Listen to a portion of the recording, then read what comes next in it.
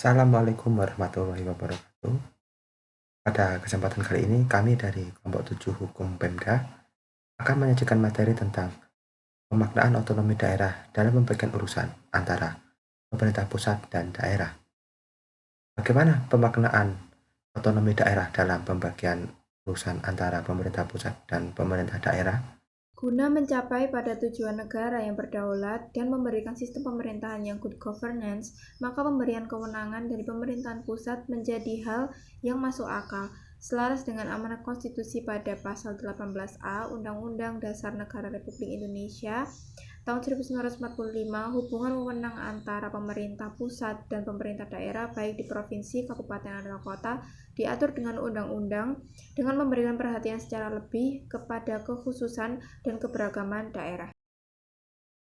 Dengan kewenangan, urusan pemerintahan pusat diatur lebih jelas pada Undang-Undang Nomor 23 Tahun 2014 tentang pemerintahan daerah, yang dimana klasifikasi pembagian kewenangan tersebut dibagi menjadi 3, yaitu urusan pemerintahan absolut, pemerintahan konkuren, dan urusan pemerintahan umum. Amanat Undang-Undang Nomor 23 Tahun 2014 tentang Pemerintahan Daerah, yaitu pemerintahan daerah menyelenggarakan urusan pemerintahan yang menjadi kewenangannya, kecuali urusan pemerintahan yang menjadi urusan pemerintah pusat. Dalam menyelenggarakan urusan pemerintah yang menjadi kewenangan dari pemerintahan daerah tersebut menjalankan otonomi seluas-luasnya untuk mengatur dan mengurus sendiri urusan pemerintahannya berdasarkan asas otonomi dan tugas pembantuan.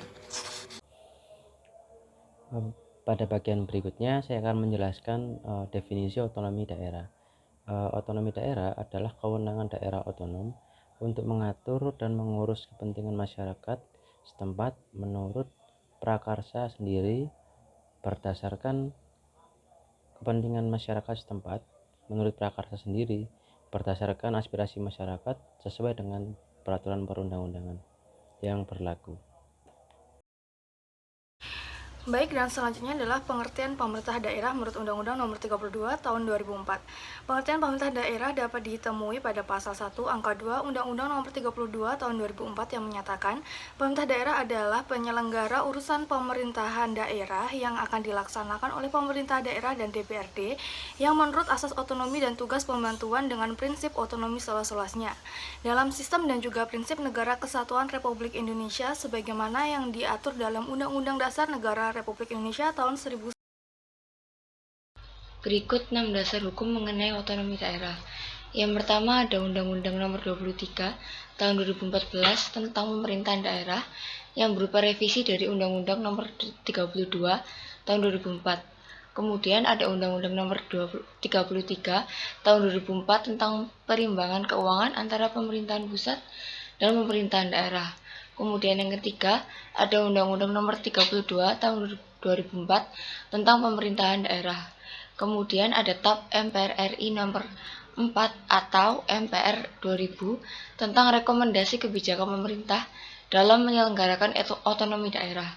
Kemudian yang kelima ada TAP MPR RI Nomor 15 atau MPR 1998 tentang penyelenggaraan otonomi daerah, pembagian, pengaturan, dan pemanfaatan sumber daya alam nasional yang adil dan keseimbangan keuangan dari pemerintahan pusat dan pemerintahan daerah dalam kerangka NKRI.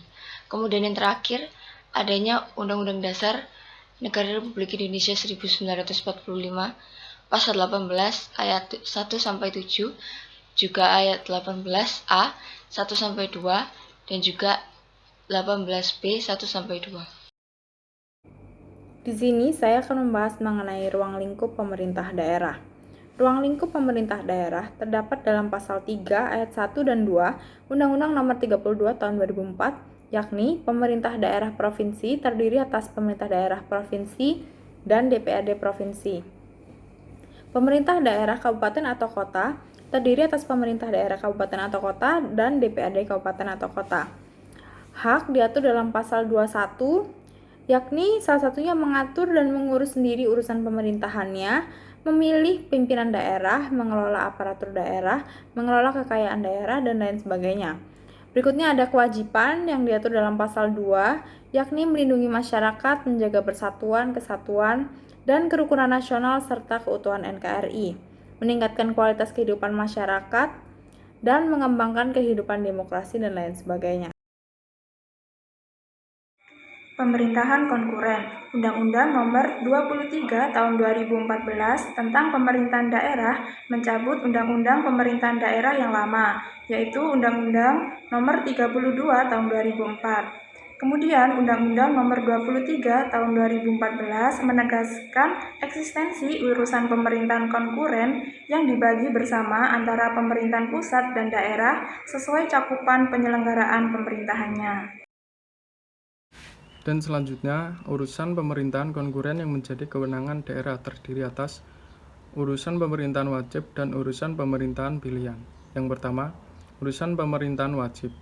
Urusan pemerintahan wajib yang sebagian substansinya adalah pelayanan dasar, yaitu pendidikan, kesehatan, pekerjaan umum, dan penataan ruang, perumahan rakyat, dan kawasan permukiman, ketentraman, ketertiban umum, dan sebagainya.